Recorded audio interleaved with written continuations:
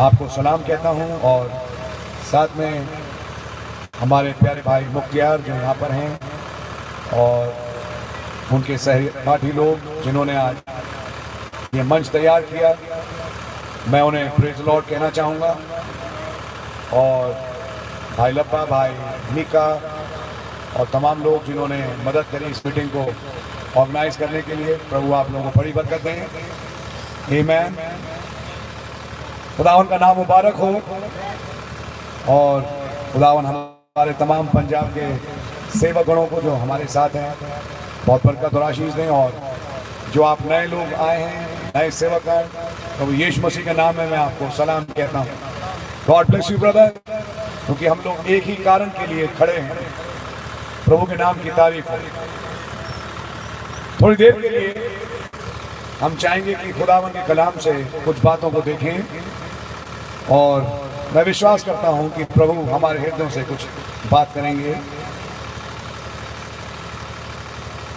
दूसरे कुरिन्थियों में जो हमने अभी तीसरे अध्याय की 6ठी आयत पढ़ी, पौलुस फरमा रहे हैं कि खुदा ने हमें सेवक बनाया है नए नियम का, नए अहदनामे का। और फिर आगे कहते हैं कि हमें भैया लिखत के सेवक नहीं पर आत्मा के सेवक। इसी के ऊपर थोड़ी देर के लिए मैं कुछ बातें आपके सामने रखने की कोशिश करूंगा और मेरी दुआ है कि पवित्र आत्मा आपके हृदय से बातचीत करे और चीजों को खोले।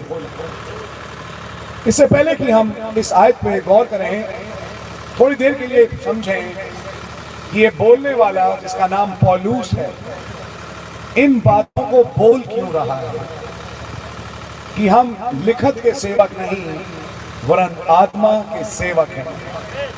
लिखत के सेवक और आत्मा के सेवक में फर्क क्या होता है? दो किस्म की मिनिस्ट्रीज हैं, सेवकाइयां दो किस्म की हैं। एक है जो लिखत की सेवकाई है, यानी जो लिखा है, पढ़ लिया, अब ये देखेंगे इस चीज को, उसकी सेवकाई। एक है आत्मा की सेवकाई। और पौलुस कहते हैं कि जो लिखत है वो मारता है पर आत्मा चिल्लाता है। आमीन, प्रेज द लॉर्ड। इसी दो चीजों में आज पूरा संसार विभाजित है, बटा हुआ है। आज हम पाते हैं कि आज मसीहत के नाम पे जो सेवकाइयां चल रही हैं, उस सेवकाई में दो बड़े हिस्से बन चुके हैं। एक हिस्सा वो है जो लिखत का सेवक है, अभी हम देखेंगे, और एक हिस्सा वो है जो आत्मा के सेवक है। ये क्या चक्कर है भाई, जरा से समझाएं, खुदा रहम करे। आज कुछ देखेंगे, लेकिन मैं आपका ज्यादा समय नहीं लूंगा। लेकिन हाँ, कुछ ऐसा छोड़ के जरूर जाऊंगा कि अगले समय आप इन चीजों को सोचें। आमीन। अगर हम थोड़ा पौलुस को देखें और पौलुस के जीवन को उठाएं, तो आप लोग पाएंगे कि संत पौलुस व्यवस्था जो कि मूसा के द्वारा आई, उसके मानने वाले थे और एक फरीसी थे। और एक फरीसी होने के नाते उन्होंने उस वचन को रट रखा था। गमालियल के चरणों में पड़े, और गमालियल, अगर मैं आज की भाषा में कहूं, उस समय की सबसे बड़ी सेमिनरी थी। मैं कहूंगा उस समय का सबसे बड़ा बाइबल स्कूल था, और उस समय का सबसे टॉप का जो टीचर था उसका नाम गमालियल था। अगर मैं आज की भाषा में कहूं तो ऑक्सफोर्ड या कैम्ब्रिज या इस किस्म का स्कूल जहां से कि कोई डिग्री ले। पौलुस सबसे बढ़िया स्टूडेंट था, और पौलुस जिसके अंदर बहुत ज्यादा ज़ील थी, मैं कहूंगा उसके अंदर जलन थी अपने यहूदी मत को लेके। उसने उस वचन को बहुत ध्यान से पढ़ा। याद रखें, जिस वचन को पौलुस जानता था वो पुराना नियम था, जो कि उत्पत्ति से लेकर मलाकी तक था, और वो उनके पास किताबों के रूप में थे, क्योंकि वो फरीसी है, आगे चल के एक सिखाने वाला बनेगा। लेकिन वो खाली सिखाने वाला ही नहीं बनेगा, वो एक ऐसा आदमी बन था जो काम करता था, एक्शन में आता था और बहुत ज़ील रखता था, जलन रखता था अपने यहूदी मत के लिए, वरन यहां तक कि वो किसी दूसरे को देख नहीं सकता था।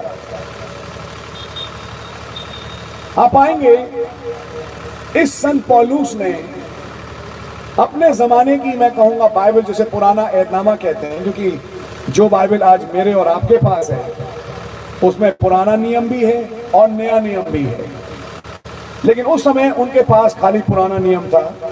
और पुराने नियम की किताबें थी, यशाया की किताब, यिर्मयाह की किताब, डैनियल की पुस्तक, उत्पत्ति, पहली 5 किताबें जो मूसा ने लिखी, व्यवस्था जो पहाड़ पे आई, जो मूसा के द्वारा खुदावन ने भेजी, 10 आज्ञाएं, सारी व्यवस्थाएं, सारे पर्व और सारे नियम, साल के समय जिस समय हमें उपासना के लिए जाना है, झोपड़ियों का पर्व, फसह का पर्व, अख़मीरी रोटी का पर्व, पेंतेकुस्त का पर्व, तुरहियों का पर्व, सारे पर्व, सारी किस्म की कुर्बानियां, ये मान के चलिए कि पौलुस की उंगलियों पे थी। पौलुस को सब कुछ मालूम था और वो पढ़ चुका था। इतना सब पढ़ने के बाद और उसको वो मानता भी था, और जैसे यहूदी लोग सालाना इन पर्वों को मानते थे, दिनों को मानते थे, सबत को रखते थे, नए चांदों को मानते थे, इन तमाम चीजों को पौलुस मानता चला आ रहा था। लेकिन एक दिन जब वो चिट्ठी लेके जा रहा है, ताकि अगर मैं इसको थोड़ा सा ड्रामा करके बोलूं, समाओ जो पौलुस ने पढ़ा और ज्ञान प्राप्त किया अपने जमाने के वचन से, जो कि पुराना नियम था, इस ज्ञान को प्राप्त करने के बाद पौलुस के सामने एक बड़ी समस्या आ गई कि उसी के दिनों में कुछ दिन पहले कोई व्यक्ति आके जा चुका, जिस व्यक्ति का नाम है प्रभु यीशु मसीह। जैसे मैं अगर बाइबल की भाषा में कहूं तो बाइबल में उसको मनुष्य का पुत्र भी कहते हैं। ये शब्द बहुत बार बाइबल में आया प्रभु यीशु मसीह को। मनुष्य के पुत्र की सेवकाई, प्रभु यीशु मसीह की सेवकाई अभी अभी कुछ दिन पहले गुजर के निकल गई। कहा यह गया कि वो मार दिया गया, लेकिन अब कोई कह रहा है कि वो जी भी उठा है, और खाली जी ही नहीं उठा है, पेंतिकुस्त के दिन के बाद उसके चेले हैं और उसके कई और लोग हैं जो कि उस संदेश का प्रचार कर रहे हैं। और प्रचार कुछ इस किस्म का है कि जो पिछले कई सैकड़ों सालों से हम मानते आए, ये कुछ उस सब से हटके है। सुनिए, आप हमेशा याद रखें, जब प्रचार कुछ हटके होता है, उससे हटके है जो कि माना जा रहा था, तो डेफिनेट बात है कि कुछ समस्या होती है।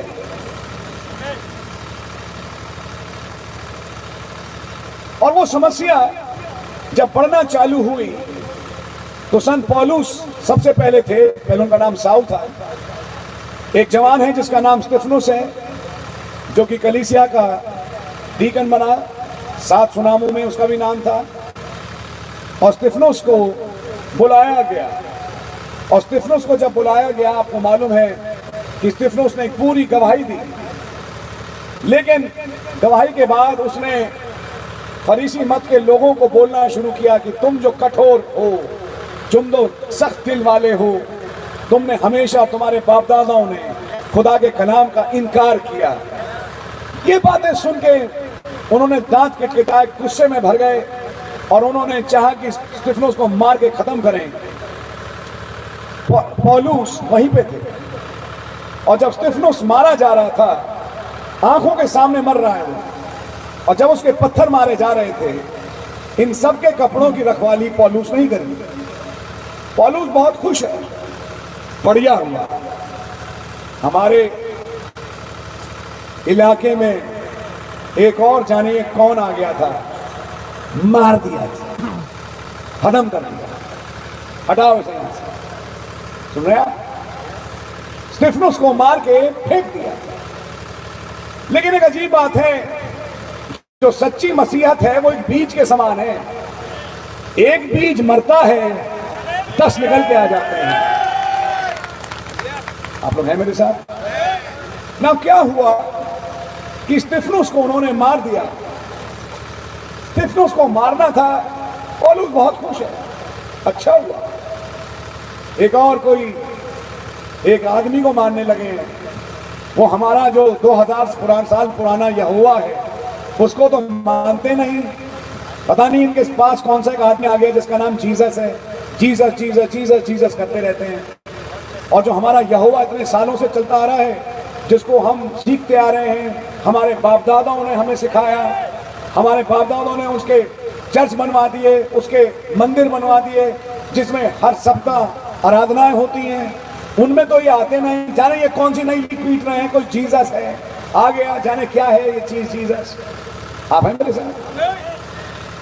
और कहते हैं कि सबसे बड़ी बात कि मसीहा आएगा नहीं, मसीहा आ चुका। ये अजीब सा मैसेज है, बड़ा झटका लगता है। और संत पौलुस ने पहला कदम उठाया कि मैं ठान चुका हूं कि इन मसीहों को, जो कि मसीह कहलाते हैं, एक आदमी के पीछे चल पड़े हैं, आप लोग हैं मेरे साथ, इनको मैं सफा हस्ती से साफ कर दूंगा। पौलुस को यह नहीं मालूम कि खुदा की कोई योजना थी, और खुदा की योजना में पौलुस भी था। उसे यह नहीं मालूम कि वो वक्त अब बहुत दूर नहीं कि तू जो कलीसिया का सताने वाला है, तू ही सबसे बड़ा मेरा प्रेरित बनेगा। ओह प्रेज़ द लॉर्ड, खुदावन का नाम मुबारक हो। जिस चीज का तुम विरोध करने चले थे पौलुस, तुम ही उसका सबसे बड़ा प्रचारक बनोगे। जिस चीज को तुम कहने जा रहे हो कि गलत है, और जिस चीज को तुम रद्द करने जा रहे हो, जिस चीज को तुम मारने जा रहे हो, उसी चीज को तुम ही प्रचार करोगे, और मेरा सबसे बड़ा प्रचारक तो तुम ही बनोगे। ये तो जो आए हैं, लेकिन तू बनेगा मेरा वो सेवक जो अन्य जातियों के पास जाएगा और मेरी ज्योति को उनको चमकाएगा। लेकिन अभी साउल को ये बात मालूम नहीं, बहुत गुस्सा है। उसने कहा सुनो, यरूशलेम में तो हमने कईयों की पिटाई कर दी है, कईयों को जेल में डलवा दिया। सुनने में आया कि दमिश्क के रास्ते में, दमिश्क में बहुत हैं ऐसे, उन्हें फटाफट चिट्ठी बनाओ, चिट्ठियां तैयार करो, और मैं दमिश्क जा रहा हूं, और दमिश्क जाके मैं फटाफट इन क्रिश्चियंस के काम को, इनके चर्चेस को बंद करके खत्म करूंगा। बहुत हो गया क्रिश्चियंस, बहुत हो गया क्राइस्ट, बहुत हो गया मसीह। हमारे यहोवा को तो मानते नहीं। जाने कुछ दिन पहले कोई आदमी आया, उस आदमी की किताबें बना रहे हैं, उस आदमी की उपासना करते हैं। अजीब सा हाल बना रखा है, खत्म करेंगे इनको। ये सोच पौलुस के हैं। और तब वो एक रथ पे अपने सवार हुआ, और आपको कहानी मालूम है, जब वो दमिश्क के रास्ते पे जा रहा है, बीच दोपहरी, जबकि सूरज बहुत तेज चमकता है, उस सूरज से भी कहीं ज्यादा तेज रोशनी बड़ी जोर से चमकी, और ऐसी चमकी मुंह के ऊपर कि पौलुस अपने घोड़े से गिर गया। अच्छा, अजीब बात यह है, पौलुस के साथ कई लोग थे, लेकिन रोशनी का प्रभाव केवल पौलुस पे आया, और प्रभाव इस रूप में आया कि पौलुस अंधे हो गए। पौलुस की आंखें, पौलुस की दृष्टि जाती रही। अजीब बात है, वहीं पे और लोग भी थे, वो अंधे नहीं हुए, लेकिन खाली पौलुस अंधा हुआ। क्या ऐसा हो सकता है कि किसी मीटिंग में खुदा की ज्योति चमके और एक भाई उसे देख ले लेकिन पड़ोसी को कुछ ना दिखाई दे? ऐसा हो सकता है। ऐसा एक बार नहीं, कई बार हुआ। लेकिन खुदा की ज्योति जिसके लिए है उसी के लिए चमकती है। खुदावन का नाम मुबारक हो। पौलुस के लिए वो रोशनी थी और वो रोशनी बड़ी जोर से चमकी और आवाज पुकारती है, हे साउल, हे साउल, तू मुझे क्यों सताता है? अब पौलुस क्योंकि एक फरीसी है, ध्यान से समझें, एक यहूदी है जो धर्मशास्त्र को यानी अपने वचन को बहुत अच्छी तरह जानता है। पौलुस जानता है इस रोशनी का मतलब क्या है। पौलुस को मालूम है कि ये रोशनी कुछ और नहीं वरन मेरा यहोवा है जिसकी मैं उपासना करता आया हूं। पौलुस को मालूम है कि ये वही यहोवा है जिस बनी इस्राएलियों को दिखा, जो मूसा को और बनी इस्राएलियों को पिछले 2000 साल से लीड कर रहा था। और मूसा के जमाने में ये जलती झाड़ी में आया और यही खुदा का दूत है जो इस्राएलियों को लेके आगे बढ़ के कनान देश में गया। ये सारी बातें मालूम है, तो उसे मालूम है कि ये कोई और नहीं, मेरा यहोवा है। इसलिए वो पुकार कहता है, प्रभु तू कौन है जिसे मैं सताता हूं? और तब रोशनी में से एक आवाज आई, मैं यीशु नासरी हूं जिसे तू सता रहा है। पहली बार पौलुस के ऊपर एक मुकाशफा खुला और मुकाशफा ये खुला कि जिसे मैं इतने सालों से यहोवा करके मानता था, जो कि खुदा हमारे ऊपर था, जो कि आपके सतून में या बादल में हमारे ऊपर साया करता था, आज वो यीशु बन गया है। वही जिसे हमने यहोवा समझा वो अब यीशु बन चुका है। अब वो खुदा हमारे ऊपर नहीं वरन वो खुदा हमारे मध्य में आ गया। आमीन, हालेलुया। जब ये चीज संत पौलुस को पता लगी, वो सारी बाइबल, वो सब कुछ जो उसने पढ़ा था और सीखा था गमालिएल की सेमिनरी में, अगर आप आगे पढ़ें तो फिलिपियों और कुलुसियों की पत्री में वहां पौलुस फरमाते हैं, फिलिपियों में लिखा है, मसीह की ज्ञान की उत्तमता के कारण वो सारा ज्ञान जो मैंने पाया था उसे अब मैं कूड़ा समझता हूं। वो सारी प्रीवियस नॉलेज, वो सारा पहले का ज्ञान अब पौलुस के लिए मात्र कूड़ा बन गया। आमीन, आमीन। क्यों? इतना सब जानने के बाद, बाइबल की आयतें रटी हुई, सारे पर्व रटे हुए, सारी चीजें वचन की एक एक चीज रटी हुई के बावजूद पौलुस गलत। क्या ऐसा हो सकता है कि बाइबल की हर आयत हम जान जाएं? यहाँ ये लिखा है, यहाँ ये लिखा है, यहाँ ये लिखा है, यहाँ ये लिखा है, इस आयत को हम इस आयत से मिला दें, इस आयत को इस आयत से मिला दें, हम एक विषय पे 10 आयतें बोल पाएं, हमारे पास 10 आयतें हमारी जुबान पे तैर रही हो कि फटाफट बोल दें। इस सब के जानने के बावजूद क्या कोई व्यक्ति गलत हो सकता है? जवाब है जी हाँ, पौलुस गलत था। और पौलुस ने जब उस दर्शन को पाया, दमिश्क के रास्ते पे जब उसने देखा उस रोशनी को, और जब उसने सुना ये मैं यीशु नासरी हूं जिसे तू सताता है, अचानक पौलुस के सामने मानो एक दरवाजा खुल गया। पौलुस के सामने एक नया मार्ग खुल गया। पौलुस को अब कुछ दिखाई देना चालू हुआ जो वो अब तक देख नहीं पाया था। पौलुस को समझ में आना शुरू हुआ, जिसको मैंने लिखत करके याद किया था, जिन आयतों को मैंने याद किया था, वो आयतें बोल किसके लिए रही थी? उन आयतों के पीछे आत्मा क्या था? आइए जरा सिद्धांत को थोड़ा आगे बढ़ाएं। और उस दिन से फिर पौलुस, आपको मालूम है, अंधा रहा 3 दिन। उसके बाद हनानिया गया, उसके लिए दुआ हुई, उसकी आंख के छिलके गिर गए, और जब आंखें खुल गई उसने बपतिस्मा लिया। और वो खुदावन का सेवक बन गया।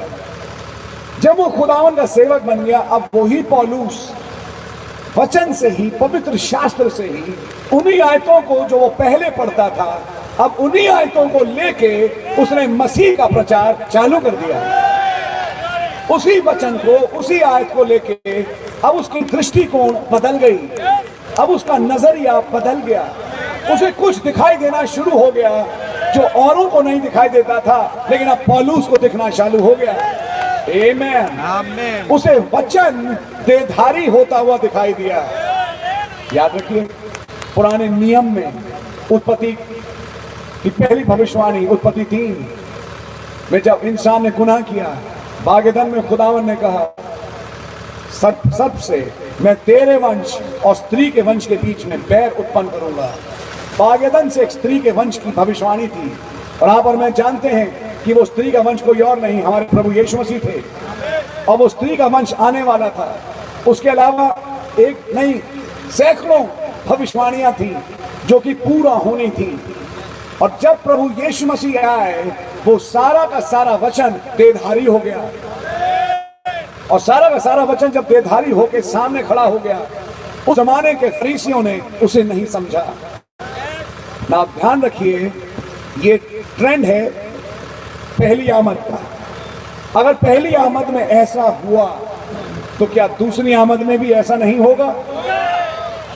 अगर पहली आमद में जब वचन देहधारी हुआ तो कुछ लोग उसे नहीं देख पाए, तो क्या ऐसा हो सकता है कि दूसरी आमद में भी खुदा का कलाम देहधारी हो और कुछ लोगों को दिखाई ना दे? खुदावन ने हर युग के लिए एक वचन रखा, जिसे खुदावन ने उस युग का वचन कहा। और जब वो वचन देहधारी होता है, जो उस देहधारी वचन को समझ जाते हैं वो बच जाते हैं, और जो देहधारी वचन को मिस कर जाते हैं वो उस उद्धार से वंचित हो जाते हैं। थोड़ा सा आगे बढ़ेंगे।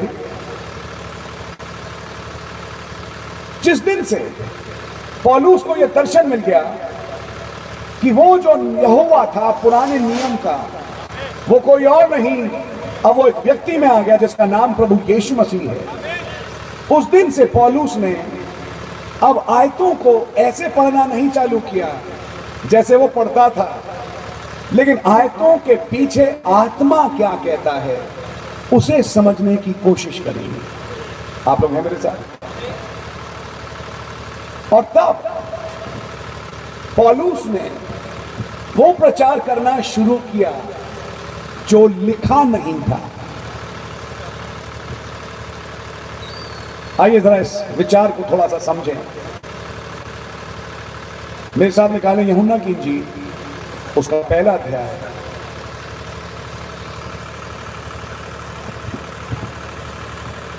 और उसकी पहली आयत पढ़ने। आदि विच शब्द सी, और शब्द खुदा दे नाल सी, अते शब्द खुदा सी। आदि में वचन था, वचन खुदा के साथ था, और वचन ही खुदा था। शब्द, वचन। इससे पहले कि शब्द बोले जाए, हम एक स्टेप थोड़ा सा और पीछे चलेंगे।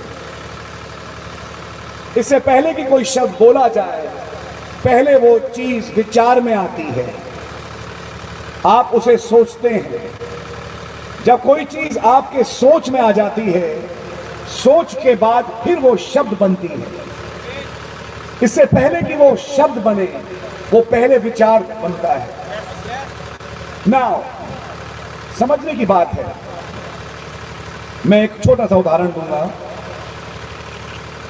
मेरे साथ निकालें यशाया की पुस्तक, उसका 7वां अध्याय।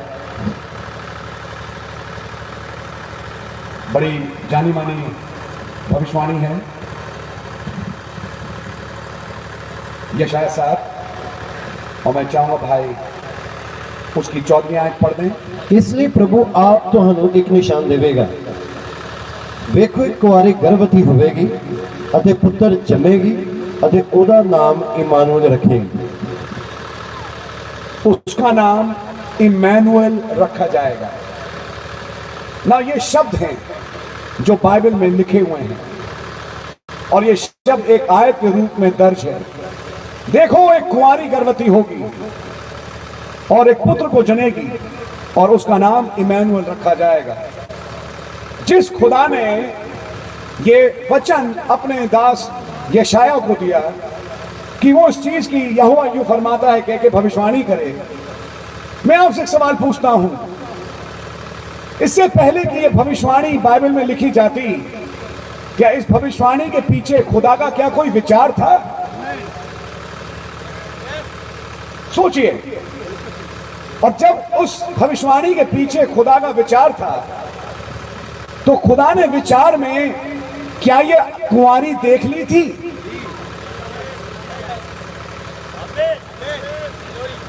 थोड़ा सोचना पड़ेगा।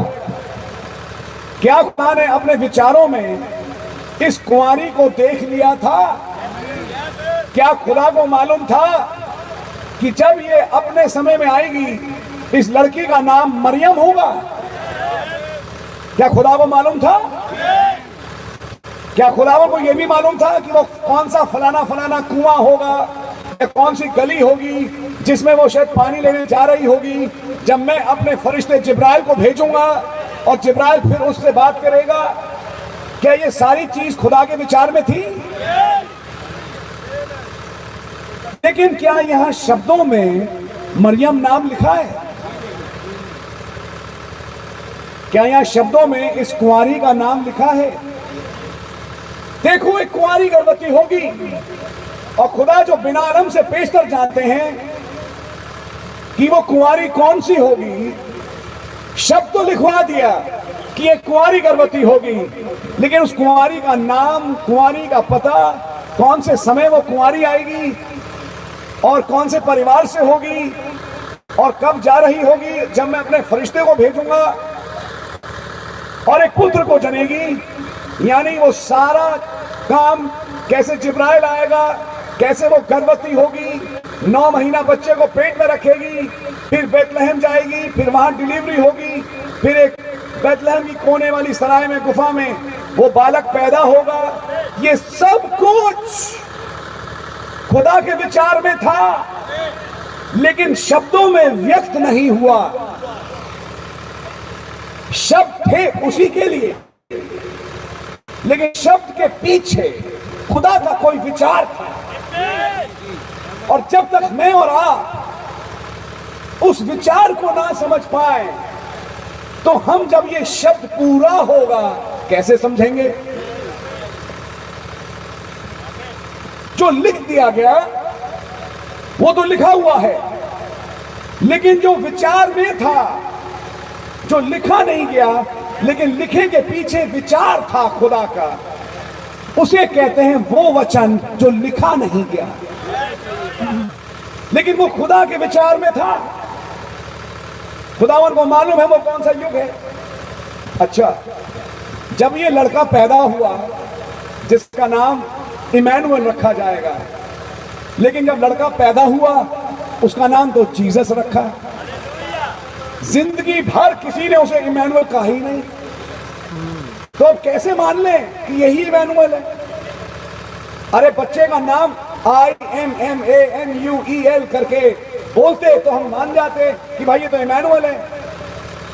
कितनी अजीब बात, वो नाम बता रहे हैं कि उस बच्चे का नाम इमैनुअल रखा जाएगा, और जब बच्चा पैदा हुआ तो इमैनुअल नाम ही नहीं रखा गया। फिर भी ना रखने के बावजूद वो इमैनुअल है। उसका नाम JESUS है, यानी यीशु है। और कौन सोचे कि ये जीसस, ये यीशु ही वो इमैनुअल है जो यशायाह 7 में बालक हमें मिलना था। तो वो शब्द जब बोला गया इमैनुअल, तो इमैनुअल के पीछे खुदा का विचार क्या था? खुदा का इकलौता बेटा जिसका नाम यीशु है। लेकिन वो शब्दों में नहीं लिखा गया, वो चीज आत्मा में ही रह गई, एक विचार के रूप में। और पौलुस ने इस बात को समझा कि शब्द जानने से बात नहीं बनेगी, लेकिन शब्द के पीछे खुदा का विचार क्या है, और वो विचार ऐसे नहीं मिलता। वो विचार ऐसे बाइबल बैठ के खोलो और पढ़ लो। लव बाइबल में कितनी बार आया, यीशु शब्द बाइबल में कितनी बार आया, मती में कितनी आयतें हैं, पुराने नियम में कितने चैप्टर, नए नामे में कितने चैप्टर। इन चीजों से वो चीज समझ में नहीं आती। तब आपको मिलेगा, एक दिन मैं पढ़ नहीं रहा समय बचाने के लिए, 12 चेले हैं, यीशु मसीह खड़े हैं और कहते हैं लोग मनुष्य के पुत्र को क्या कहते हैं। कोई मूसा, कोई एलिया, कोई यिर्मयाह, कोई वो बन सकता। तब यीशु मसीह ने कहा तुम मुझे क्या कहते हो। तब पतरस ने जवाब में कहा तू जीवते खुदा का पुत्र मसीह है। जब पौलुस ने ये जवाब पतरस ने ये जवाब दिया तो यीशु मसीह ने कहा धन्य है तू पतरस। प्रभु यीशु मसीह ने कहा मांस और लहू ने ये बात तुझ पर प्रकट नहीं करी, वरन मेरे स्वर्गीय पिता ने ये बात तुझ पर प्रकट करी है। तो ये बातें पढ़ लिख के समझ में नहीं आती। मान लीजिए पतरस एक मछेरा है, अंगूठा टेक है, उसके पास तो कोई ज्ञान है भी नहीं, तो पतरस को कैसे समझ में आ गया। पतरस को समझ में किताबों से नहीं आया, पतरस को समझ में आया एक रेवलेशन के द्वारा, एक प्रकाशन के द्वारा। जो प्रकाशन कोई इंसान को नहीं देता, ये प्रकाशन ऊपर से आता है जिसे खुदा देता है। और जब खुदा ने वो प्रकाशन पतरस को दिया, पतरस को समझ में आ गया कि मेरे सामने खड़ा कौन है, कोई और नहीं वरन वचन देधारी। आमीन, हालेलुया। आप इस चीज को पाएंगे प्यारे भाई बहन कि ये चीजें मुकाशवे से मिलती हैं। जब खुदावन ही इसे खोले, पवित्र आत्मा ही इसे खोले, और जब तक पवित्र आत्मा इसे ना खोले चीजें समझ में नहीं आती, चीजें दिखाई नहीं देती। अब यशाया 7 के 14 के पीछे कौन होगी ये कुंवारी, कौन होगा ये इमानुएल। अब अगर पवित्र आत्मा ही ना समझाए तो हम उन विचारों को प्राप्त नहीं कर सकते जो इन शब्दों के पीछे लिखा है। पौलुस ने कहा मेरी जिंदगी गुजर गई आधी शब्दों को पढ़ते हुए, लेकिन अब समझ में आना पहली बार चालू ये हुआ कि शब्द के पीछे खुदा का विचार क्या है, खुदावन के विचार क्या है। जब तक हम उन विचारों को नहीं पकड़ पाएंगे वो जिंदगी नहीं मिल पाएगी। आप लोग हैं मेरे साथ? आइए मैं आपको एक जीता जागता उदाहरण दिखाता हूं और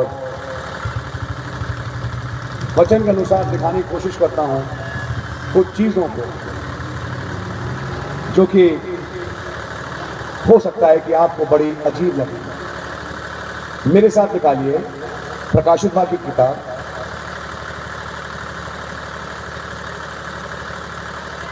और उसका 2 अध्याय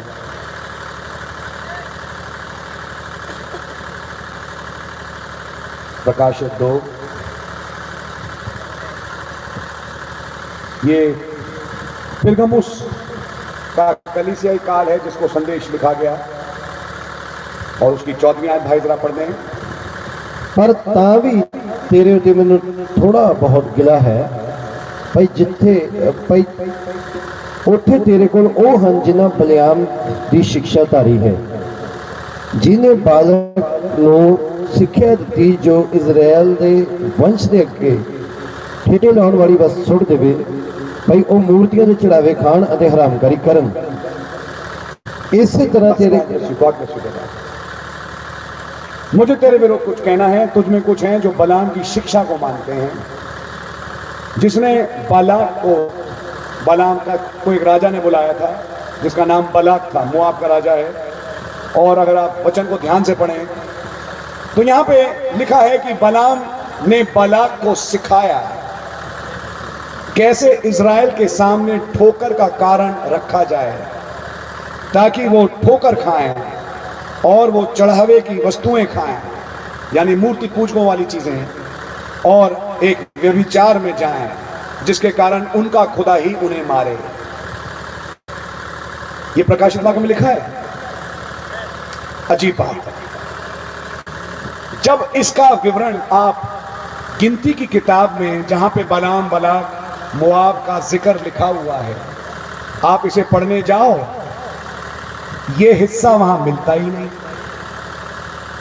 अच्छा, अजीब बात यह है, ये मैं होमवर्क आप ही को दे देता हूं। ये होमवर्क होता ना एक, जी जी, मैं आपको देता हूं, मुझे बाइबल में ढूंढ के दिखाओ गिनती 22 से 25 के बीच में जहां बलाम बलाक का जिक्र लिखा है, मुझे आयत निकालो जहां बलाम ने बलाक को सिखाया। बलाम ने भविष्यवाणी करी, लिखा है, लेकिन खुदा ने उसका मुंह संभाल लिया, वो उनको श्राप नहीं दे पाया, उसने आशीषें दी।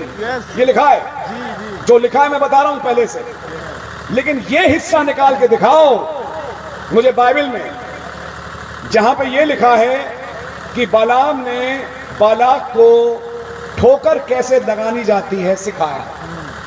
मुझे आयत निकाल के दिखाओ।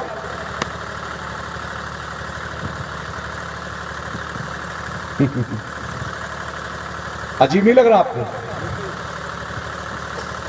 यानी कि प्रकाशित वाक्य किताब में खुदा जो इस किताब को लिखवा रहा है, वो एक ऐसा हिस्सा लिखवा रहा है बलाम बलाक के वृतांत का जो गिनती की किताब में लिखा ही नहीं।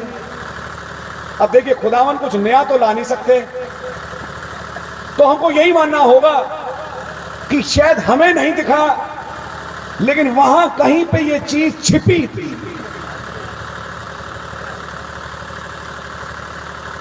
दिखाओ। अच्छा, एक दो बातें और बोलूं जिससे शायद हो सकता है दिमाग और चकराए। सुनना चाहेंगे?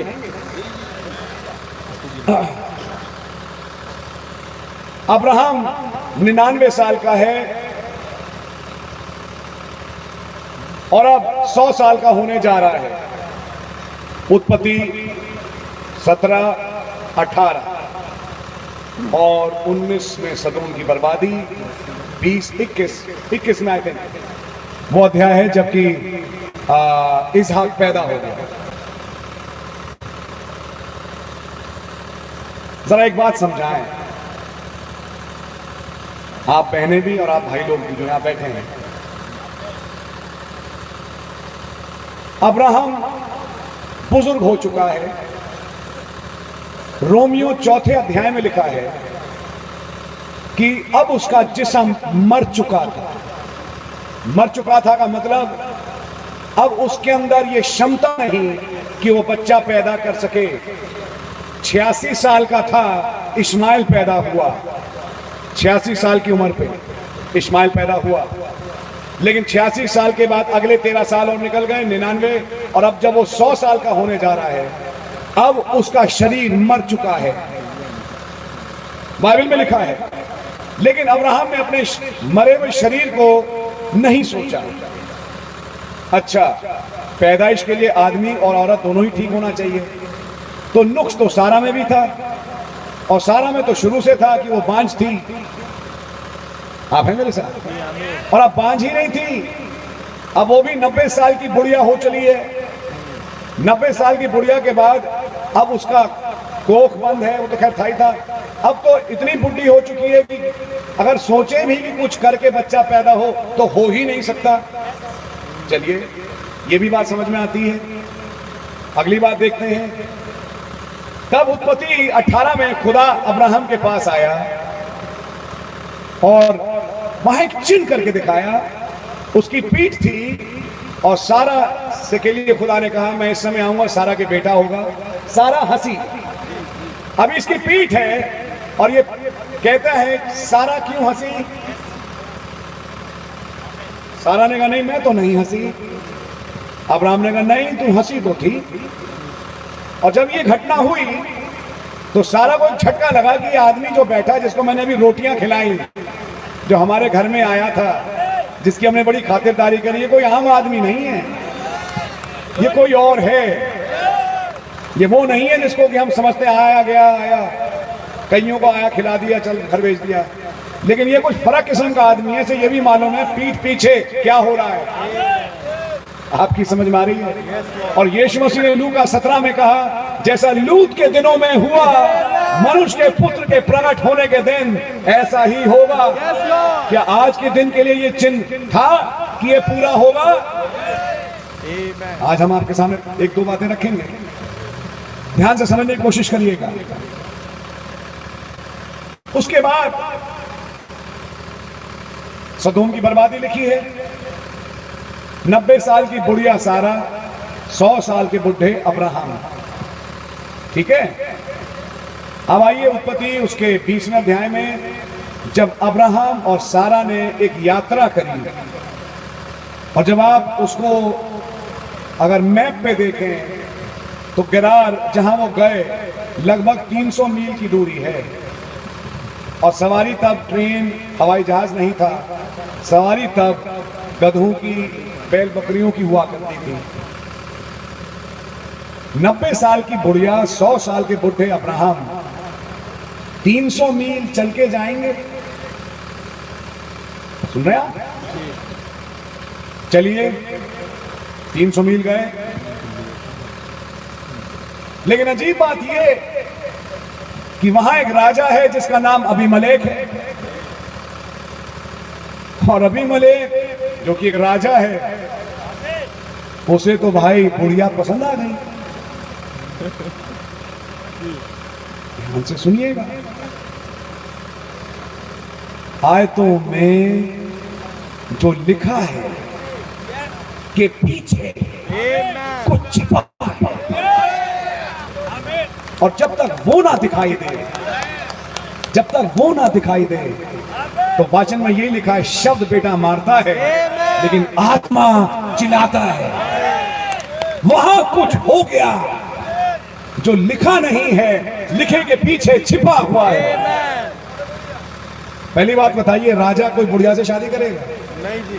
राजा लोग, खासतौर से राजा लोग जो रानियों से लाते थे, क्या बुढ़िया लाते थे या जवान बढ़िया खूबसूरत लड़कियां लाते थे? तो सवाल इस बात का है, 90 साल की बुढ़िया सारा अबीमेलेक को पसंद कैसे आ गया?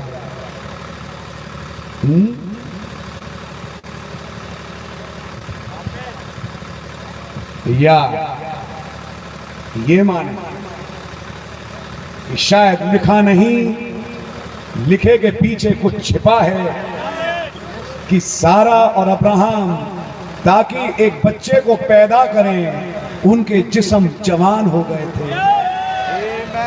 जो तस्वीर है आज की, आज भी कई बुढ़े हैं जो अब जवान हो जाएंगे, जिनके जिस्म बदल जाएंगे, क्योंकि जो अब्राहम के और सारा के साथ हुआ वही आज अब्राहम के वंश के साथ फिर से होगा। हम सब तो नहीं सोएंगे, लेकिन हम सब बदल जाएंगे, और ये पिछली तुरही के फूकते होगा। इसकी तस्वीर छिपी हुई है, सुन रहे हैं आप? लिखा नहीं, लेकिन लिखे के पीछे छिपा है। अब सवाल यह है भाई, इस विचार को कौन प्रचार करेगा? इस विचार को कौन समझाएगा? और जब तक विचार समझ में ना आए, वो जिंदगी मिलती नहीं। लेकिन विचार जिसके हैं, अगर उसी का आत्मा तुम में ना आए, तो तुम उस विचार को पकड़ कैसे सकते हो? इसलिए खुदा उनका धन्यवाद हो कि जब पवित्र आत्मा का बपतिस्मा रखा गया, तो पवित्र आत्मा का बपतिस्मा केवल एक वरदान नहीं देता। पवित्र आत्मा बपतिस्मा जो कि खुदा खुद है, जब आपके अंदर आ जाता है, तो वो विचार जो खुदा में था जगत की उत्पत्ति से पहले, वो विचार आपके सामने बोलना चालू कर देता है। और यह है पवित्र आत्मा के बपतिस्मे का प्रमाण कि आपको वो दिखना शुरू हो जाता है जो वचन के पीछे छिपा था, जैसे पवित्र आत्मा ही समझाएगा। अच्छा, अभी तो मैं मरियम तक रुका। मरियम, यूसुफ, इमैनुअल जिसका नाम जीसस है। आगे बोलूं आपसे? आपका भी नाम इसमें लिखा है।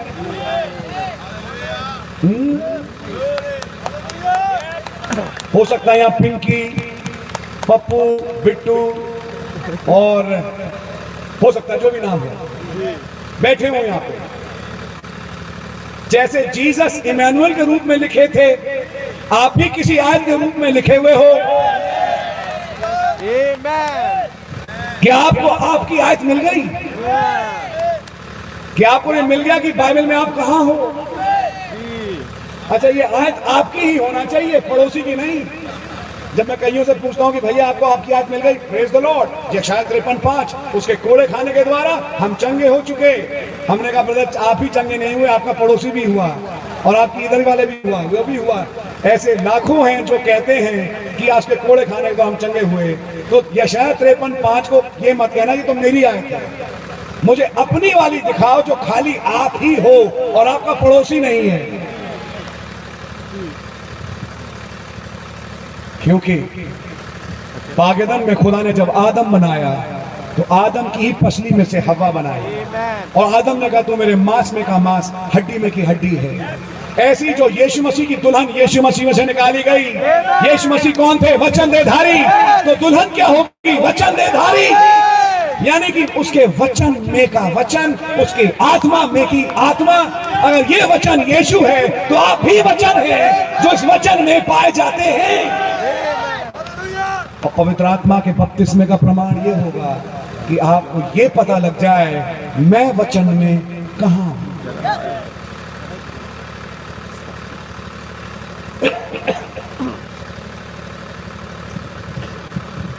यीशु मसीह जब अपनी सेवकाई में निकले, सच है उस सेवकाई के 3 चरण थे। पहले चरण में चंगाइयां और मौत थे, और चंगाइयां और मौत से लोगों के ध्यान को लेने के लिए होता है। लेकिन जब ध्यान का आकर्षण चंगाइयों और मौतों से हो तो उसका मतलब ये नहीं है कि यही मैसेज है। मैसेज उसके बाद आएगा। क्योंकि ये जैसे मछली को हम चारा खिलाते हैं, मछली जब चारा खाते तब मछली पकड़ के आ जाती है। यीशु मसीह ने पतरस से कहा था मैं तुम्हें मछली इंसानों का पकड़वाने वाला बनाऊंगा। तो इस पकड़ने में पहला काम जो जाल फेंकने में है उसमें चंगाइयां मौजें हैं। और जब यीशु मसीह चंगाई करने वाले सेवक चले तो यीशु मसीह की भीड़ 50,000, 5 लाख, 10 लाख, 3,000, 30,000, इतनी बड़ी बड़ी भीड़ें यीशु मसीह के साथ चल रही हैं। जहां यीशु मसीह पहुंच जाते हैं भीड़ यीशु मसीह के साथ साथ पहुंच जाती है। लेकिन एक दिन अच्छा सोने पे सुहागा, चंगाई ही नहीं मिलती। एक दिन 5 रोटी और 2 मछली से 5,000 को खिला दिया। जब लोगों ने देखा कि इस गुरु के पास चंगाई मिलती है, इस गुरु के पास मौजे मिलते हैं और इस गुरु के पास रोटी भी मिलती है, आप है मेरे साथ? जब ये सब कुछ इससे मिलता है तो क्यों ना हम इसे अपना राजा ही बना लें। अगले दिन ढूंढते ढूंढते उसको कहीं और पहुंच गए, और ढूंढते ढूंढते जब वो पहुंच गए तब यीशु मसीह ने कहा तुम मुझे इसलिए नहीं ढूंढते हो क्योंकि तुमने मेरा वचन सुना, इसलिए कि तुमने कल रोटियां खाई। अब जब दिल की बता दी तो मामला गड़बड़ है। अब ध्यान से सुनिए फिर क्या हुआ। वहां से फिर यीशु मसीह ने अपने संदेश को बदलना चालू किया। याद रखिए जब असली संदेश आता है भीड़ छटना चालू हो जाती है। यीशु मसीह के साथ भी यही हुआ। यीशु बुलाता है, यीशु चंगा करता है। यीशु ने बुलाया और यीशु ने चंगा किया। और वहां इतनी लंबी चौड़ी भीड़ है, आधा आधा इजराइल घूमता है। कमरे में खड़े होने की जगह नहीं, अंदर भीड़ बाहर भीड़, जगह नहीं। जब वो 4 लोग मफलूज को लेके आए उन्हें जगह नहीं मिली कि कहां से उन्होंने छत खोली और उस मफलूज को यीशु मसीह के पास नीचे किया, क्योंकि वहां खड़े होने की जगह नहीं। लेकिन जब सेवकाई का अंत आया और वो अपनी चंगाई की और मौजों की सेवकाई से उठ के असली वचन पे आए और बताना शुरू किया कि मैं कौन हूं, जीवन की रोटी मैं हूं। हमारे बाप दादाओं ने जंगल में रोटियां खाई, उन्होंने वो सब मर चुके। उस पुराने बाप दादाओं पे मत जाओ, वो देखो जो तुम्हारे सामने आज रखा गया। वो जीवन की रोटी मैं हूं जो स्वर्ग से उतर के आई। जो मनुष्य, अच्छा फिर यही नहीं, उसके बाद फिर एक ऐसी लाइन बोल दी जिस लाइन ने तो कबाड़ाई कर दिया। और क्या बोली? जो मेरा मांस खाता है और मेरा लहू पीता। बात कुछ ऐसे बोली कि 70 तो उसी टाइम उठे और चल दिए अपना बैग उठा के। सुन रहे हैं? 70 ने अपना बैग उठाया और उसी टाइम चले गए। सारी भीड़ चली गई। अब भीड़ दिखाई नहीं दे रही, कहां गई भीड़? और जब 12 रह गए तो उनसे पूछा, क्या तुम भी जाना चाहते हो? अरे आपको परवाह नहीं? लोगों को तो खुशी मिलती है जब इतनी भीड़ उनको सुनने आए, आप भीड़ को भगा रहे हो। बोला, बेटा मेरा नाम है सृष्टिकर्ता, अगर तुम नहीं सुनोगे ये पत्थर चिल्ला उठेंगे। मैं इन पत्थरों से अब्राहम की संतान पैदा कर लूंगा। लेकिन जिस कारण मैं इस दुनिया में आया वो केवल मात्र चंगाई, यीशु बुलाता, यीशु चंगा करता, यीशु दुष्ट आत्माएं निकालता के लिए ही नहीं आया। मैं इसलिए आया कि तुम अनंत जीवन पाओ। और वो जीवन चंगाइयों से ही नहीं मिलता, वो जीवन तब मिलता है जब तुम मुझे खाओ। मैं जो वचन हूं, एक मुकाशवे के रूप में जब तुम्हारे अंदर जाऊं, जब ये टाइम आता है, उस समय बहुत नहीं मिलते, उस समय बहुत नहीं मिलते। तब भी यही कहानी थी, आज भी यही कहानी है।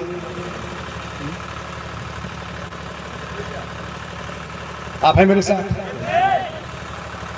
और आज मैं आपको बताना चाहता हूं, जब वो असली मुकाशवे पे आए कि मैं कौन हूं, सच्ची दाखलता मैं हूं, मेरा बाप किसान है, तुम डालियां हो। अगली आयत, जो मनु, एक मिनट, मैं नेक चौपान यानी चरवाहा हूं, मेरी भेड़ मेरा शब्द सुनती है। हर थोड़ी देर के बाद द्वार मैं हूं, मार्ग सत्य जीवन मैं हूं। वो इस पे आ गए कि मैं कौन हूं। जीवन की रोटी मैं हूं, द्वार मैं हूं, मार्ग सत्य जीवन मैं हूं, सच्ची दाखलता मैं हूं, नेक चरवाहा मैं हूं। जब उन्होंने अपने विषय में बात करना चालू कर दी कि मैं कौन हूं, इस मैं को सुनने के लिए और लोग टिके ही नहीं, क्योंकि लोगों को ये दिखना शुरू हुई तो अपने को बढ़ा रहा है, अपने को बता रहा है कि ये कौन है, जबकि जो कुछ वो बोल रहे थे वो वचन नहीं था। आप हैं मेरे साथ? ऐसे टाइम पर, लेकिन आज इतिहास इस चीज का गवाह है कि उस जमाने की पीढ़ी में अनंत जीवन फिर मिला कितनों को? वो जो थोड़े थे उन्हीं, और वो नाम आज अमर हो चुके। वो भीड़ जो आई, खाई, चली गई, चंगाइयां प्राप्त करी और अपने घर में जाके बैठ गए, उनमें से किसी का नाम दर्ज है नहीं, लेकिन उनका नाम जरूर दर्ज है जिन चेलों ने वचन को प्राप्त किया और ग्रहण किया, और आज उनके नाम अमर हैं, क्योंकि आज मसीहत उन्हीं के द्वारा शुरू हुई और उन्हीं में तामीर है। आमीन। उन्हें दिखना शुरू हो गया जो लिखा नहीं था। एक दिन मेरी मुलाकात, मैं एक होटल में था दिल्ली में, क्योंकि एक विदेश से कोई आया, शायद कोरिया से था या मैं जगह भूल रहा हूं, और मुझसे मुलाकात हुई। उन्होंने मुझसे कहा कि ब्रदर, मैं आपको बताना चाहता हूं कि हम पेंटिकॉस्टल्स हैं। मैंने गॉड ब्लेस यू, बहुत प्यारे लोग हैं। मैंने, मुझे बताइए ये शब्द पेंटिकोस्ट का मतलब क्या है? पेंटिकोस्ट? थोड़ा चुप हुए। मैंने, जी पेंटिकोस्ट शब्द का मतलब क्या है? ये पेंटिकोस्ट कहां से है? तो उनका कुछ जवाब इस किस्म से था कि ये प्रेरितों काम 2 अध्याय के चैप्टर से चालू हुआ। तब मैंने मजबूरन उनसे कहा कि अगर मैं आपको वचन से दिखाऊं कि ये प्रेरितों काम 2 से नहीं, वरन ये तो सैकड़ों साल पहले मूसा के जमाने से चलता चला आ रहा है, तो कैसा रहे? ध्यान से सुनिए, थोड़ा चौंके। हमने कहा ये बताइए पेंटिकॉस्ट शब्द का मतलब क्या है? बोले 50।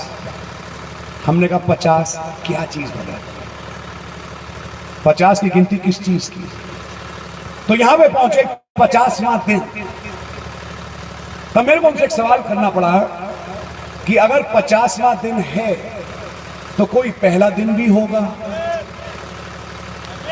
ये 50 दिन की कैलकुलेशन कहां से चालू हुई? उस टाइम पे मेरे को रुकना पड़ा और तब पुराने ऐदनामे में लय व्यवस्था 23वें अध्याय से मुझे दिखाना पड़ा। समय नहीं है कि मैं आपके सामने आयतों को खोलूं, फिर मैं कहूंगा घर जाके आप देख सकते हैं।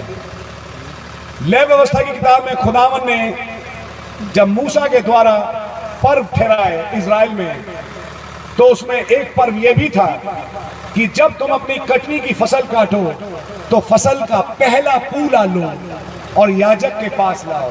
अभी सारी फसल पकी नहीं, लेकिन जो पहले पक गई उसका एक पूला बनाओ और याजक के पास लेके आओ और याजक उस पूले को हिलाएगा खुदावन के सामने, और जब खुदा उस पूले को कबूल करेगा, यानी कि वो दर्शाएगा कि जब मैंने इस पूरी खेती के पहले फल को कबूल किया तो इसके द्वारा मैं बाकी खेती को भी कबूल करता हूं। पहला कुरिन्थियों 15वां अध्याय, यीशु मसीह मरे हुओं में पहला फल ठहरा। बाइबल में लिखा है वो मुर्दों में से तीसरे दिन जी उठा, वो पहला फल था। चलिए हम उसको बाद में देखेंगे, लेकिन वहां पे लिए है फिर जब तुम उस पूले को हिलाओ तो पूले के हिलाए जाने से तुम 7 सबत गिनो।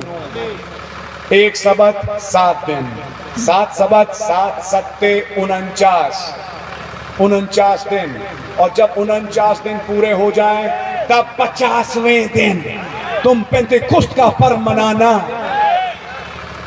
आपकी सुनमारी है। और उस पर्व में तुम 2 नई भेंट की रोटियां लाना जो खमीर से बनेगी और उसे मेरे सामने हिलाना। आप है मेरे साथ?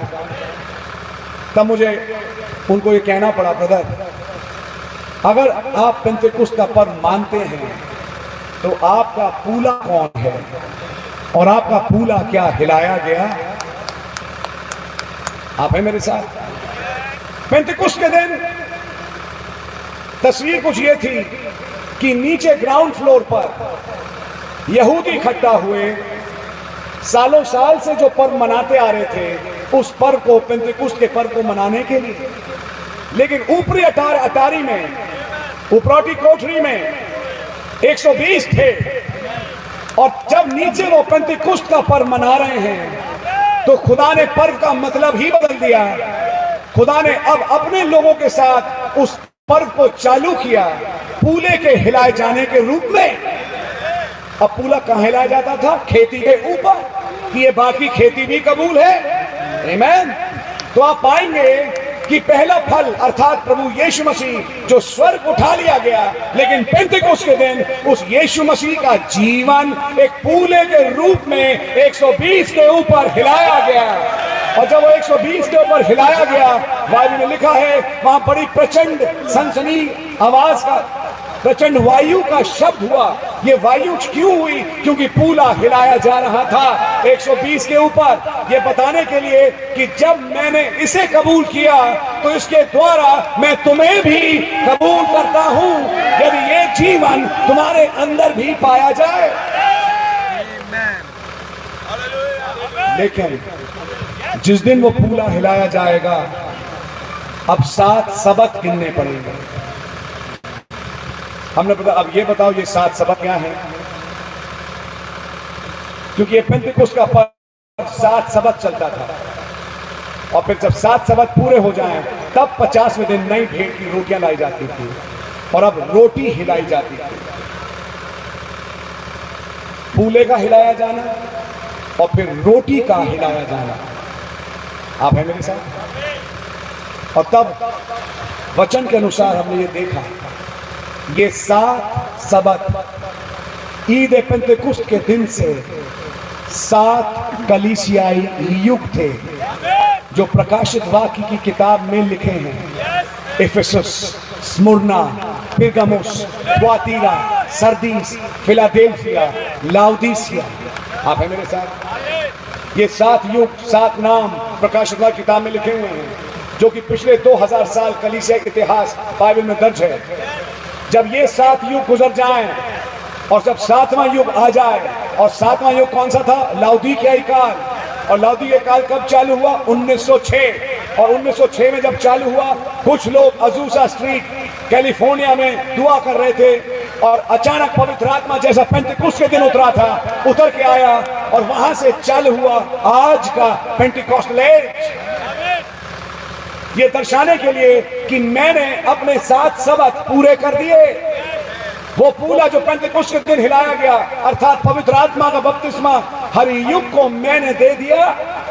लेकिन 7 सबक के बाद, जब 7 सबक खत्म हो जाएं, तो उसके बाद एक और दिन आता था जब पूला नहीं हिलाया जाता था, लेकिन अब पूला रोटी बन गया। रोटी किसे दर्शाती है? लो इसे खाओ, ये मेरी देह है, ये मेरा बदन है। पूला जिंदगी था, लेकिन रोटी बदन है। पूला रोटी बन गया, अर्थात अब आत्मा और जो वचन था अब किसी देह के अंदर है। इस युग में वो जो पवित्र आत्मा आया, अब उसने किसी देह का रूप लेना चालू किया। आप हैं मेरे साथ? किसकी देह? मेरी और आपकी। यह है समय जिसमें कि खुदा मुझे और आपको लेके आ रहा है। ब्रदर, ये बातें आप कहां से प्रीच कर रहे हैं? ये तो बाइबल में नहीं लिखा। आप सच कह रहे हैं? अभी तो हमने पहली आयत पढ़ी आपके सामने, हम शब्द के नहीं आत्मा के सेवक हैं। अच्छा, बाग एदन में क्या हुआ वो भी लिखा नहीं, लिखे के पीछे छिपा है। और जब तक आत्मा ना समझ में आए शब्द के पीछे विचार क्या है, वो समझ में नहीं आएगा। मैं आपका ज्यादा समय ना लेते हुए एक आयत और पढ़ता हूं। प्रकाशित वाक्य 10वां अध्याय, प्रकाशित 10 और पहली आयत से भाई पढ़ दें, उसकी चौथी आयत है। मैं एक होर बड़ी दूत ਨੂੰ ਬੱਦਲ ਪਹਿਨੀ ਆਕਾਸ਼ੋਂ ਉਤਰਦੇ ਵੇਖਿਆ, ਅਤੇ ਉਹਦੇ ਸਿਰ ਉੱਤੇ ਮੇਘ ਧਨੁਕ ਸੀ, ਅਤੇ ਉਸ ਦਾ ਮੂੰਹ ਸੂਰਜ ਵਰਗਾ, ਅਤੇ ਉਸ ਦੇ ਪੈਰ ਅਗਨ ਦੇ ਥੰਮਾਂ ਵਰਗੇ ਸਨ, ਅਤੇ ਆਪਣੇ ਹੱਥ ਵਿੱਚ ਇੱਕ ਖੁੱਲੀ ਹੋਈ ਛੋਟੀ ਜਿਹੀ ਪੋਥੀ ਉਹਦੇ ਫੜੀ ਹੋਈ ਸੀ। ਉਸਨੇ ਆਪਣੇ ਸੱਜੇ ਪੈਰ ਨੂੰ ਸਮੁੰਦਰ ਉੱਤੇ ਅਤੇ ਖੱਬੇ ਨੂੰ ਧਰਤੀ ਤੇ ਟਿਕਾਇਆ। ਤਾਂ ਉਹਨੇ ਵੱਡੀ ਆਵਾਜ਼ ਨਾਲ ਇਉਂ ਪੁਕਾਰਿਆ ਜਿਉਂ ਬੱਬਰ ਸ਼ੇਰ ਗਰਜਦਾ ਹੈ। ਜਾਂ ਉਸਨੇ ਪੁਕਾਰਿਆ ਤਾਂ 7 ਬੱਦਲ ਦੀਆਂ ਗਰਜਾਂ ਨੇ ਆਪਣੀਆਂ ਆਵਾਜ਼ਾਂ ਦਿੱਤੀਆਂ, ਅਤੇ ਜਾਂ ਉਹ 7 ਗਰਜਾਂ ਬੋਲ ਹਟੀਆਂ।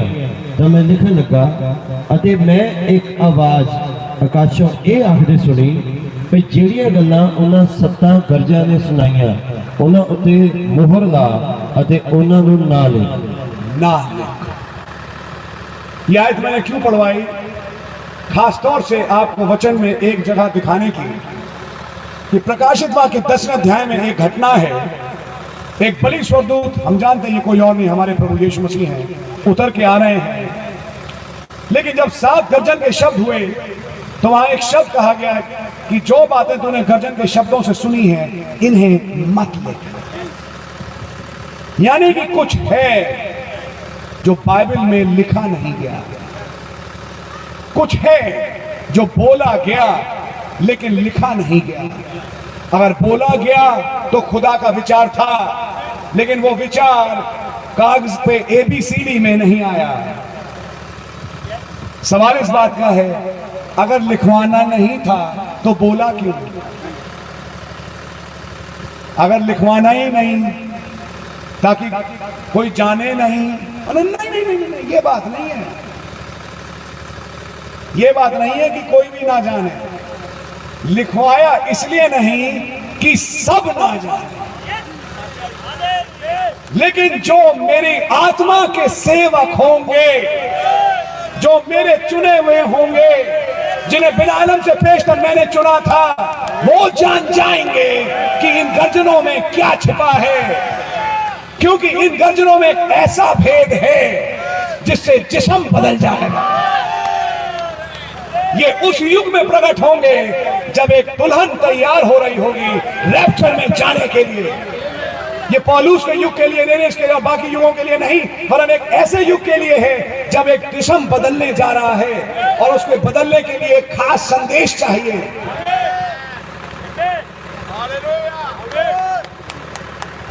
लिखा नहीं गया, छिपा दिया गया। अब सवाल इस बात का है, जो लिखा है वो तो दिखता है, जो लिखा नहीं वो कहां से दिखे? यही तो टेस्ट है, यही तो परीक्षा है कि जो लिखे नहीं वो दिखना शुरू हो। और ये तभी दिखेगा जब पवित्र आत्मा दिखाएगा, और पवित्र आत्मा का दिखाने का तरीका बिल्कुल स्पष्ट है। एक छोटे उदाहरण के साथ अब मैं इस मैसेज को बंद करता हूं, ध्यान से सुनिएगा। मत्ती 28:19 में प्रभु यीशु मसीह ने अपने चेलों से कहा, जाके सारी जातियों के लोगों को चेला बनाओ और उन्हें पिता, पुत्र और पवित्र आत्मा के नाम से बपतिस्मा दो। ये लिखा है प्रेरितों का काम 2 अध्याय और उसकी 38वीं आयत।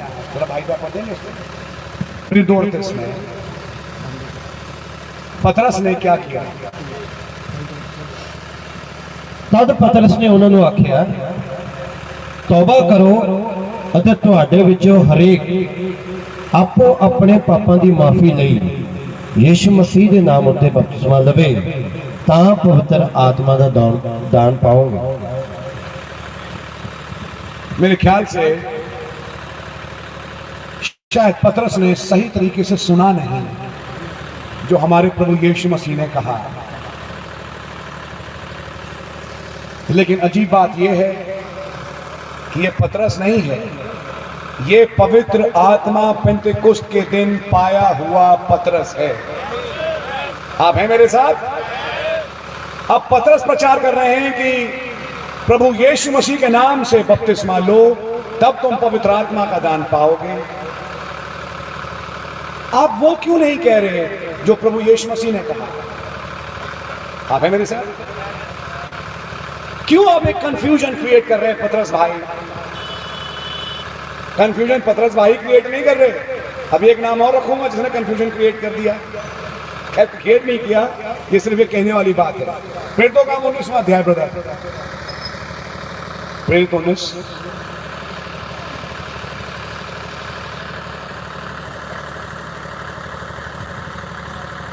और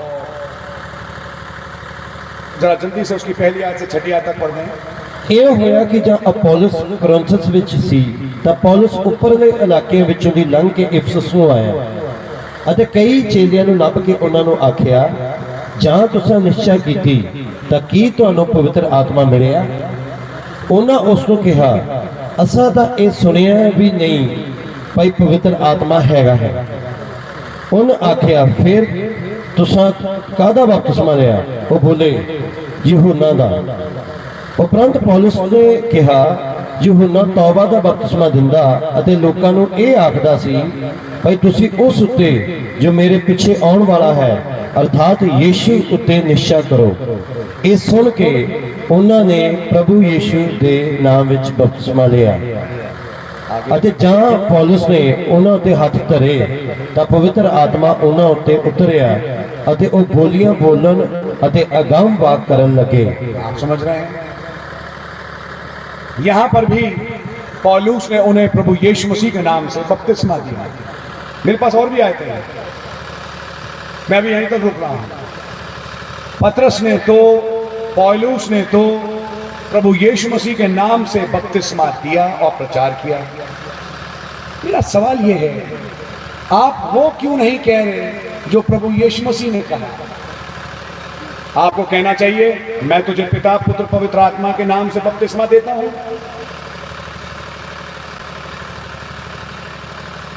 बड़ा साधारण सा जवाब। ये शब्द के सेवक नहीं हैं, ये आत्मा के सेवक हैं। और आत्मा ने इन्हें शब्द समझा दिया कि शब्द के पीछे आत्मा क्या था जो बोल रहा था। मत्ती 28:19 में क्या लिखा है? जाओ, चलिए वो आयत भी पढ़ लीजिए भैया। कोई कहेगा आपने वो आयत क्यों नहीं पढ़ी, तो शायद को भी पढ़ी। मत्ती 28:19। इसलिए ਤੁਸੀਂ ਜਾ ਕੇ ਸਾਰੀਆਂ ਕੌਮਾਂ ਨੂੰ ਚੇਲੇ ਬਣਾਓ ਅਤੇ ਉਹਨਾਂ ਨੂੰ ਪਿਤਾ ਅਤੇ ਪੁੱਤਰ ਅਤੇ ਪਵਿੱਤਰ ਆਤਮਾ ਦੇ ਨਾਮ ਵਿੱਚ ਬਪਤਿਸਮਾ ਦਿਓ।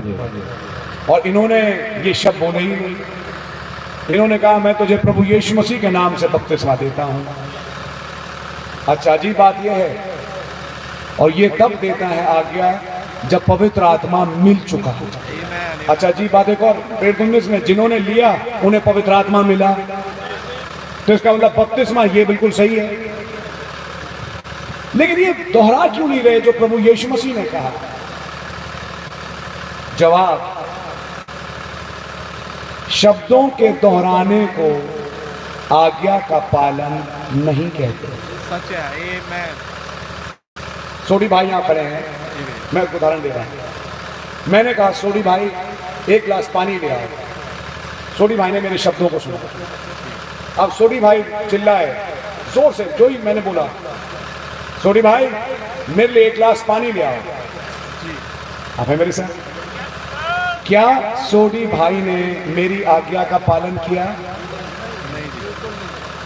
या जो मैंने कहा वो दोहरा दिया बस? शब्दों के दोहराने को आज्ञा का पालन नहीं कहते। मेरे लिए एक गिलास पानी ले आओ। सोडी भाई ने कहा मेरे लिए एक गिलास पानी ले आओ, तो क्या मुझे पानी मिल गया? नहीं। लेकिन अगर सोडी भाई बोलते कुछ नहीं, लेकिन किचन भागते, नल खोलते, पानी भरते, मेरे पास लाते, ये आज्ञा का पालन होता। इन्होंने मेरे शब्दों के पीछे मेरा विचार क्या है उसे समझ लिया। मेरे विचार में एक गिलास है, उसमें पानी है, उसको उन्होंने समझा और उसको उन्होंने अंजाम दिया। ऐसे ही जब प्रभु यीशु मसीह ने कहा सारी जाति के लोगों को चेला बनाओ और उन्हें पिता पुत्र पवित्र आत्मा के नाम से बपतिस्मा दो, तो शब्द के पीछे विचार क्या था? विचार बड़ा स्पष्ट है, पिता पुत्र और पवित्र आत्मा के नाम से बपतिस्मा दो। आज्ञा थी कि नाम में बपतिस्मा दो। सवाल यह है, क्या पिता नाम है? मैं सोचता हूं यहां कई पिता बैठे हैं, मैं भी एक बाप हूं। बाप हर उस शख्स को कहते हैं जिसके बच्चे होते हैं। बेटा हर वो शख्स है जिसका बाप है। बाप और बेटा, और आगे मैं जोड़ूंगा रूह कुदुस, ये एक ऑफिस है, एक लक़ब है जिसमें खुदा ने इंसान के साथ डील किया। लेकिन ये नाम नहीं है। नाम पिता का क्या है? यूहन्ना 5:43, मैं अपने पिता के नाम से आया हूं। मेरा नाम यीशु, पिता का नाम यीशु, पुत्र का नाम सभी जानते हैं यीशु। मैं बड़ी गिनी चुनी आयतें रख रहा हूं, लेकिन आयतें और भी हैं। पवित्र आत्मा का नाम क्या है? यूहन्ना 14:26, परंतु सहायक अर्थात पवित्र आत्मा जिसे पिता मेरे नाम से भेजेगा। तो पवित्र आत्मा का नाम क्या हुआ? यीशु। पिता का नाम यीशु, पुत्र का नाम यीशु, पवित्र आत्मा का नाम यीशु। और तभी ये कहा था पिता पुत्र पवित्र आत्मा के नाम, नामों नहीं, नाम से बपतिस्मा दो। मैं खुदा का धन्यवाद देता हूं, जब पवित्र आत्मा इन चेलों को मिला, ये शब्द के सेवक ना बनके आत्मा के सेवक बने। और आत्मा ने इनके ऊपर ये रेवलेशन खोला कि पिता पुत्र और पवित्र आत्मा का नाम क्या है, क्योंकि आगे वचन में लिखा है उद्धार नाम में है। इसलिए उस नाम का लेना जरूरी है। जब आपकी शादी हुई तो क्या आपकी पत्नी ने आपके नाम को लिया? आमीन। हर औरत अपने शौहर का नाम लेती है जब उसकी शादी होती है। जब हमारी भी शादी एक वाचा के रूप में मसीह के साथ हुई, तो क्या उस समय हम उसका नाम अपने ऊपर लेते हैं? आमीन। तो इसलिए उस नाम का लिया जाना वाचा के बांधने के टाइम पे जरूरी था, इसलिए वो नाम लिया गया। खुदावन का धन्यवाद हो। शब्द मारता है, लेकिन ब्रदर फिर ये आज पिता पुत्र पवित्र आत्मा का नाम और ये तमाम चीजें, सीधा सा जवाब है ब्रदर, किसी चेले ने तो ये किया नहीं। ये बातें फिर आई कहां से? 325 ईस्वी के बाद जब पहला चर्च बना, जिसे रोमन कैथोलिक कलीसिया कहते हैं, के बाद से ये सच्चाइयां गायब होना शुरू हो गई और वहां से टाइटल्स शुरू हो गए। धीरे धीरे बिगाड़ बढ़ता गया और बिगाड़ इस स्थान पे आ गया कि अब छोटे बच्चों का भी आप बपतिस्मा कर दो। सलमारी आपके, और फिर उसके बाद आपके पास अगर एक कटोरी पानी जो भी है आप जैसा भी चाहो, फिर उसके बिगाड़ बढ़ते बढ़ते बढ़ते यहाँ तक पहुँच गए, झंडे के नीचे से निकल जाओ, ये है वो है, ये सब होता गया। लेकिन असली सच्चाई जो वचन में पाई जाती है उसमें यही था कि लोगों को पानी में डुबा के प्रभु यीशु मसीह के नाम से बपतिस्मा दिया गया। आमीन। ये चीज तब तक समझ में नहीं आएगी जब तक खाली हम शब्द समझेंगे, लेकिन जब हम आत्मा के सेवक बनेंगे कि शब्द के पीछे मतलब क्या है, हमें वो समझ में आए, तब आप पाएंगे कि खुदावन इस काम को आपके जीवन में करेंगे कि एक मुकाशवा खुलेगा। और जब मुकाशवा खुलेगा तो मुकाशवे के खुलने से जिंदगी व्यक्ति को मिलेगी। ईद पेंतेकुस्त के दिन 3000 को जीवन मिल गया, उसके बाद भीड़ बढ़ के 5000 और फिर और लोग, और आज तक लोग उस जीवन को प्राप्त कर रहे हैं। God bless you. मैंने आपका समय लिया, लेकिन मैं विश्वास करता हूं कि आपको समझ में आया होगा कि आज हम कौन से सेवक हैं। बाइबल में एक हिस्सा है, बाइबल का एक बड़ा हिस्सा है जो लिखा नहीं गया, जो खुदा का विचार था। उस विचार को कौन समझाएगा? अभी मैं एक अगली सेवकाई को अभी सामने नहीं रख रहा आपको, कि खुदा ने एक सेवकाइयां रखी हैं ताकि वो खुदा का विचार व्यक्तियों तक पहुंचाए। हम खुदा उनका धन्यवाद देते हैं। आज वो सेवकाई आ चुकी और उस सेवकाई के द्वारा खुदावन ने इन भेदों को हमारे सामने खोला है। सो गॉड ब्लेस यू। प्रभु का नाम मुबारक हो। इन चीज़ों के विषय में आप लोग सोचिएगा। आमीन। मैं भाई रुपिंदर को सर्विस वापस देता हूँ। God bless you.